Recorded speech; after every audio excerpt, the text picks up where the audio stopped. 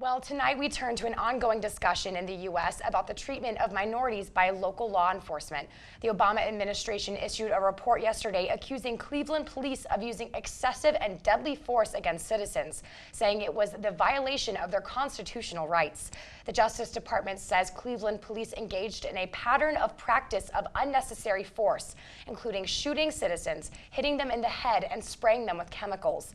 The department faced scrutiny last month after the fatal shooting of a 12-year-old at the hands of law enforcement.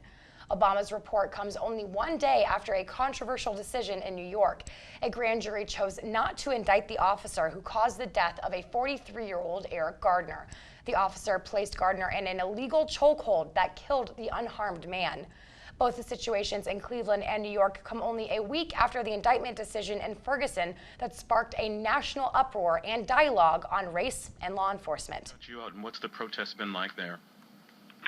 Thanks, Justin. Yes, the protest here at BGSU has been very interesting. It's been very peaceful, but also just very engaging. A lot of the students are starting discussions about oppression, not only within the African-American community, but within the trans community, within the women's community, trying to expand oppression sort of as a whole and trying to make this conversation very inclusive with everybody.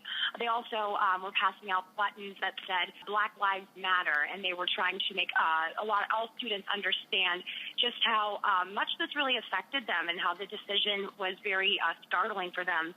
The universities also responded, saying that they are going to, after Thanksgiving break, when people come back to university, that they will be hosting panels and discussions, counseling sessions in order to discuss some of these issues with students who might feel that they, as minority individuals, are supported by their university. So definitely a lot of dialogue going on here on the university level, and definitely in a very peaceful manner. Madeline, let me ask, what do you think will be the outcome of all this, the protests, the assistance from the university for students? I mean, how will this bring about any change or any kind of resolution from what happened in Ferguson? Well, I definitely think that it's a very common discussion in universities in general, just the idea of privilege and oppression and sort of what the effects of that are. And I think that because of what happened in Ferguson, I think that we're going to see that conversation. It's going to have a bit more of a fire to it now, because there are a lot of students who have very strong opinions and a lot of emotions because of this. And I think that on a university level, this idea of an inclusive dialogue is going to be seen a lot more, because Black students want white students to understand where they're coming from. I do believe that white students do want to understand where Black students are coming from.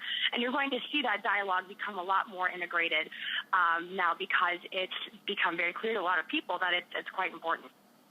Strickland did do a lot of work with education in the state at the time, and I think that he was really trying to refocus the attention of the governor's position to job strength, and I think he's actually done a lot of work in that. Younger people tend to not understand, I guess, the full implications of these votes and what impact they do make, but I do find it very interesting what he said, that because so few people do vote in elections like this, it makes your vote even more valuable.